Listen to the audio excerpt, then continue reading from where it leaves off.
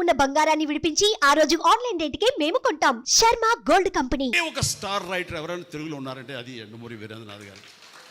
అలాంటి గొప్ప కలం, బలం, మేధస్సు ఉన్నటువంటి యండమూరి వీరేంద్రనాథ్ ఈ రోజున నా ఆటోబయోగ్రఫీ రాస్తాను అన్న మాట అనడమే నాకు ఎంతో ఉత్సాహాన్ని ఇచ్చింది.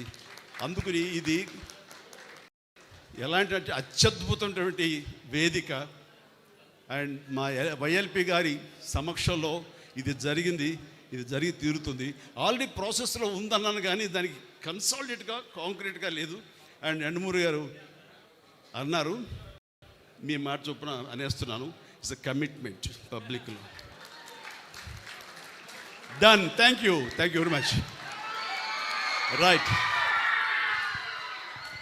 ఇక నాకు గతంలో ఇక్కడ సన్మానితులు ఉన్నారే వాళ్ళందరి యొక్క తోటి నాకు ఏదో నా యొక్క 45 ఏళ్ల ప్రస్థానంలో నాకు ఏదో ఒక తారసపడ్డాము, మాకేదో సంబంధాలు ఉన్నాయి. కానీ ఒక ఇండ్ల రామసుబ్బారెడ్డి గారి ఈ విషయంలో మాత్రం వారి గురించి విన్నానే తప్ప నేను ఎప్పుడు మీట్ అయ్యే అవకాశం నాకు కలగలేదు.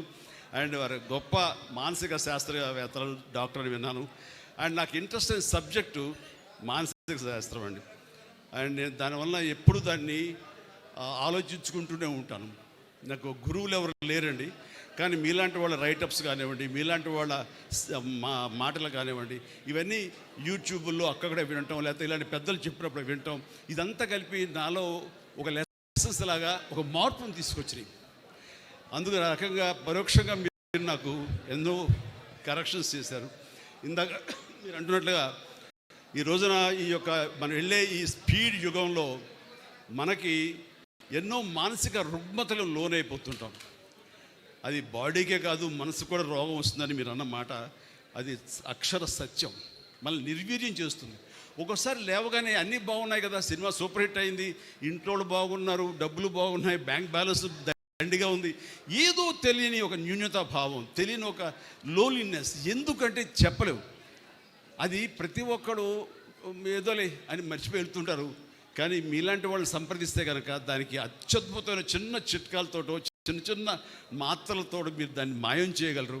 అది మీలాంటి వాళ్ళ యొక్క ఆవశ్యకత ఎంతైనా ఉంది. అది గుర్తించి అందరూ ఉపయోగించుకుంటే కనుక అది అందరికి ఉపయోగపడుతుంది, అందరి జీవితాలకి అది మెరుగవుతుంది. ఆ రకంగా మీకు ఈ రోజున సన్మానం చేయటం, మీలాంటి వాళ్ళు గుర్తించి మా వైఎల్పి గారు ఈ స్టేజ్ మీద మీకు సన్మానించే అవకాశం అందరికి ఇవ్వటం మా అదృష్టం. Thank you sir.